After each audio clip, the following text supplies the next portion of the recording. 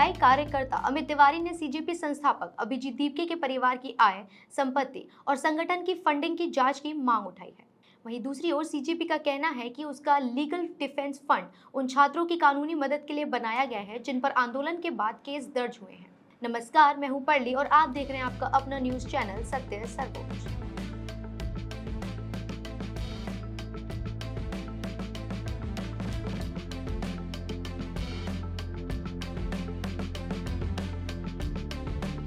Paper leak आंदोलन के बाद चर्चा में आई कॉकरोच जनता पार्टी यानी सीजेपी एक बार फिर नए विवाद से घिर गई है। इस बार सवाल आंदोलन पर नहीं बल्कि संगठन की फंडिंग और उसके संस्थापक अभिजीत दीपके के परिवार की आर्थिक स्थिति को लेकर उठाए गए हैं।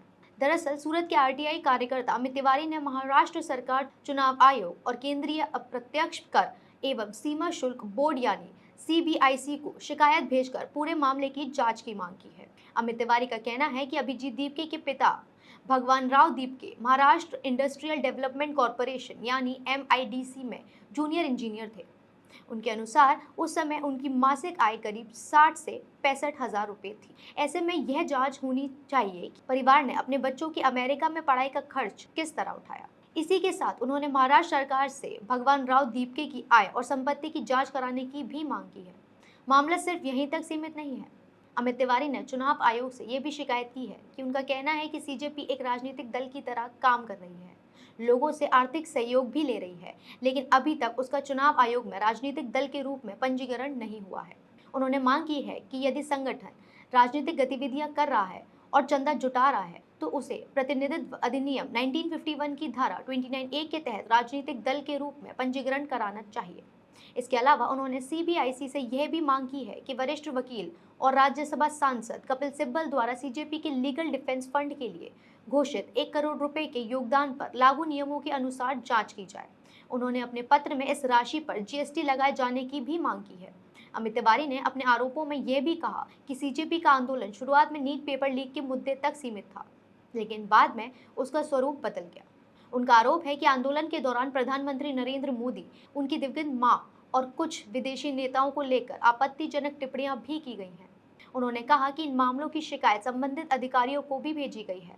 अब बात करते हैं सीजेपी के उस लीगल डिफेंस फंड की जिसको लेकर यह विवाद खड़ा हुआ है।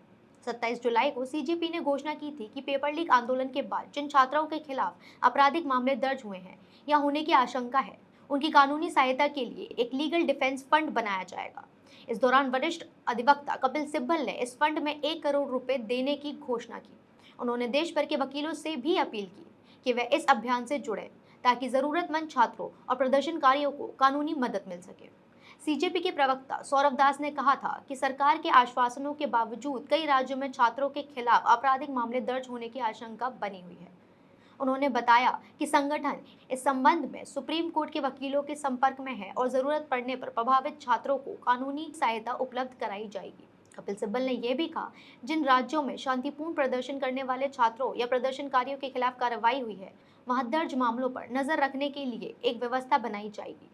साथ ही सीजेपी एक वेबसाइट भी शुरू करेगी जहां ऐसे छात्रों की जानकारी उपलब्ध होगी और देश भर के वकील उनसे जुड़कर मुफ्त या अन्य तरीकों से कानूनी सहायता दे सकेंगे। अगर अभिजीत दीपके की बात करें तो वह महाराष्ट्र के संभाजी नगर के रहने वाले हैं।